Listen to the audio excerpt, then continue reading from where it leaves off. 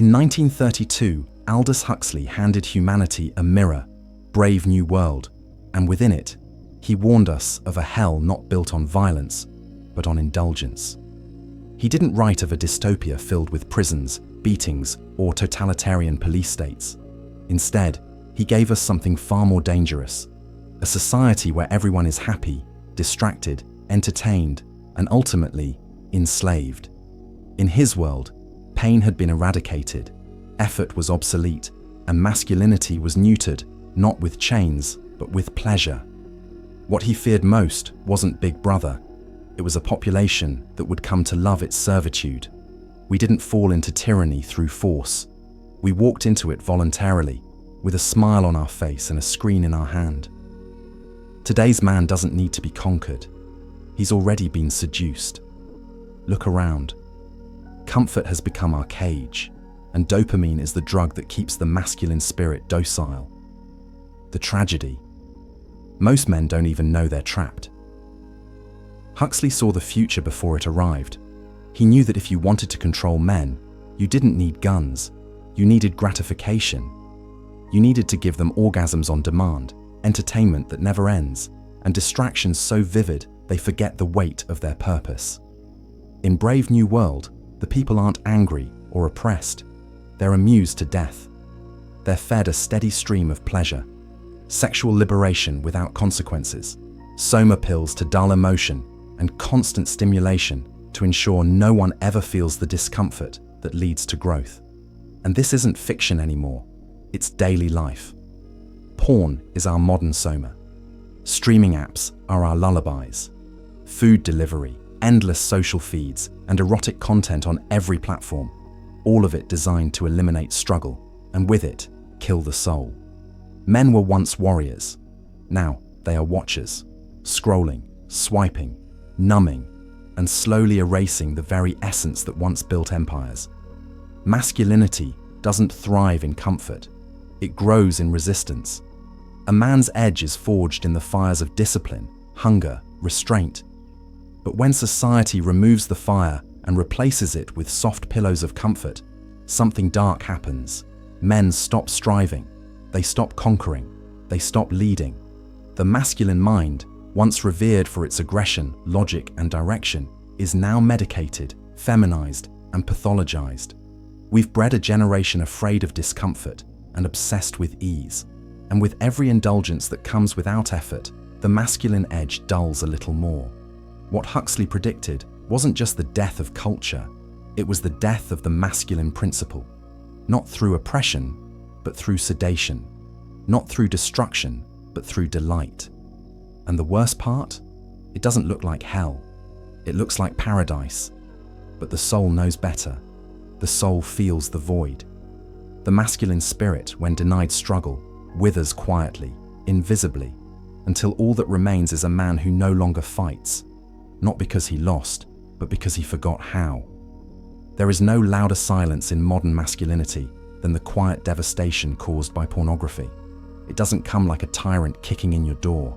It doesn't scream or shout. It seduces, it whispers, and then it destroys. The greatest trick ever pulled on men wasn't to convince them they were weak. It was to convince them they were powerful while they secretly bled strength through a screen.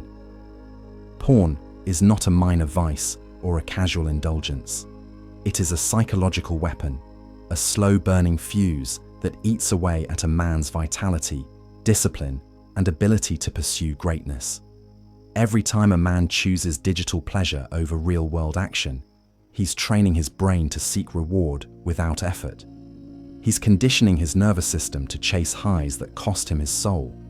And while he believes he's relieving stress, what he's really doing is draining the very fuel required for his ascension. You see, in ancient tribes, a boy became a man through initiation. He had to prove himself through pain, through sacrifice, through responsibility. Today, the only rite of passage most boys go through is discovering porn at 11 years old behind a locked door and a dim screen. There is no mentor, no trial, no ceremony, just dopamine, just overstimulation, just a fantasy world where women are always willing, where conquest comes with no consequence, and where the soul of the viewer slowly rots in secret. The masculine hunger that was once directed toward battle, building, and bravery is now funneled into a glowing rectangle. And worse, he doesn't even notice the theft, because the theft is internal. It's not the world that takes his power, it's him handing it over, daily. Pleasure was never meant to be so easy. The male brain was never meant to feast on erotic novelty endlessly. Nature designed it for pursuit, for focus, for mission. Porn hijacks that biological design and loops it into madness. In the alchemy of lust, you'll be taken deep into the ancient and forgotten discipline of sexual transmutation, a principle once reserved for monks, warriors, kings, and creators. The effects are everywhere. Motivation plummets, drive fades, testosterone levels collapse. Men don't pursue excellence because they feel as though they've already achieved something, yet they've achieved nothing. They feel validated without ever having to lead, fight, or protect. They feel desired without ever having to be desirable. Porn creates an illusion of success, but behind the illusion is a carcass of wasted potential. The average man now walks around drained, eyes glazed, posture weak, not from war, but from indulgence. From hundreds of fake victories that took nothing to earn and left him empty. This is why relationships suffer. This is why men can't lead anymore. This is why so many feel numb, lost, or spiritually dead. It's not because the world is too hard. It's because their will has already been broken, gently. And let's not be naive. Porn is designed to enslave. It's not about sexual release. It's about neurological addiction. These sites study your habits. They customize content to keep you locked in. The industry profits off your weakness. Every click, every view, every relapse feeds a machine that doesn't want you to become strong. It wants you to stay addicted, passive, and sedated. The warrior spirit dies not in war, but in comfort. Not by defeat, but by distraction. Think of the great kings, warriors, and leaders of history. Would any of them have risen to power while glued to a phone, moaning over pixels? Never. That path leads not to greatness, but to quiet resignation. To a man who no longer knows what it feels like to earn pleasure. A man who has forgotten that his seed, his focus, his lust, it was never meant to be wasted. It was meant to be transmuted into purpose, into empire, into legacy. There comes a moment in every man's life when he must decide, will he be ruled by comfort or called by purpose? Will he remain sedated in the warm bed of indulgence, or rise, bare-knuckled, to reclaim what has been stolen from him? In a world that profits from weak men, choosing to be strong is the ultimate rebellion. And make no mistake, resurrection is not a passive event.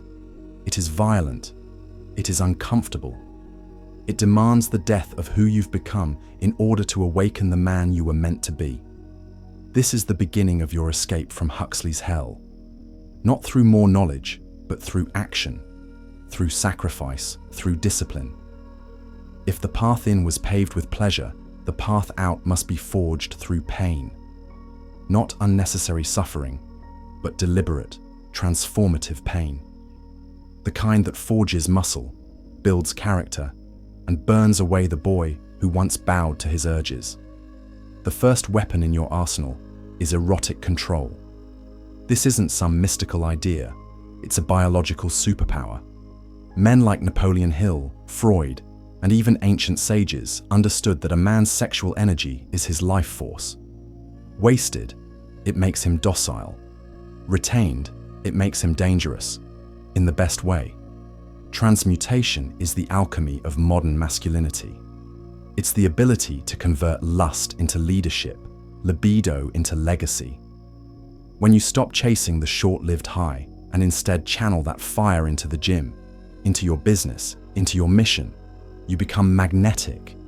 You no longer seek validation because you embody power. You no longer beg for attention because you command it through presence, strength, and clarity. Erotic control is the crucible in which modern warriors are forged. The more you deny the world's temptations, the more the world bends to your will. The less you lust for women, the more they are drawn to your gravity. That's the paradox. That's the code. But this isn't just about abstaining, it's about building. The masculine energy is a builder. It needs a vision to pursue. And in the absence of that vision, men rot. You must replace passive consumption with active creation. Build a body worthy of respect. Build a bank account that funds freedom. Build skills, build boundaries, build discipline. Build a world so powerful that others want to be a part of it. You must become the man you admire, the kind of man you'd follow into battle. Not for the applause, not for the women, but because you must, because you were made to. That fire in your gut, that dissatisfaction with modern life, that quiet voice whispering that you were built for more. It's real, it's ancient, and it's waiting for you to stop masturbating to illusion and start rising into mission. This isn't a call for toxic masculinity, it's a call for sacred masculinity. A masculinity that protects, provides, leads, and refuses to be sedated by the petty pleasures of a dying empire. The world is decaying not because of violence, but because of softness. Because strong men are now rare, because kings have been replaced by consumers. If you want to know how civilizations collapse, look at the modern man. Low drive, high addiction, no mission. You were never meant to live like this. You were never meant to wake up drained and spiritually limp. Your ancestors would spit on this lifestyle, and you know it. But that's the good news. You don't need to stay here. The climb back to power begins with one decision. No more. No more porn. No more passive pleasure. No more excuses. You are the weapon. You are the leader. You are the one your lineage has been waiting for. And if Huxley was right, if the ultimate hell is one where men trade power for pleasure, then let your life be a rebellion against that fate. Let your name echo as a reminder that even in an age of sedation, one man can rise, one man can burn, one man can build. The death of masculinity is not marked by war, but by surrender. Not to an enemy with a sword, but to a screen with a smile. Huxley warned us that pleasure could become our prison, and now it has. Men are no longer conquered by tyrants, but by their own indulgence. Porn, comfort, and distraction have done what no army ever could. They have broken the will of millions of men without a single drop of blood. But you are not required to remain in that state. You can rise. You can choose discipline over dopamine, purpose over pleasure, legacy over lust. Every moment you resist the seductive pull of comfort, you reclaim a piece of yourself. Every time you say no to instant gratification, you say yes to the man you were destined to become.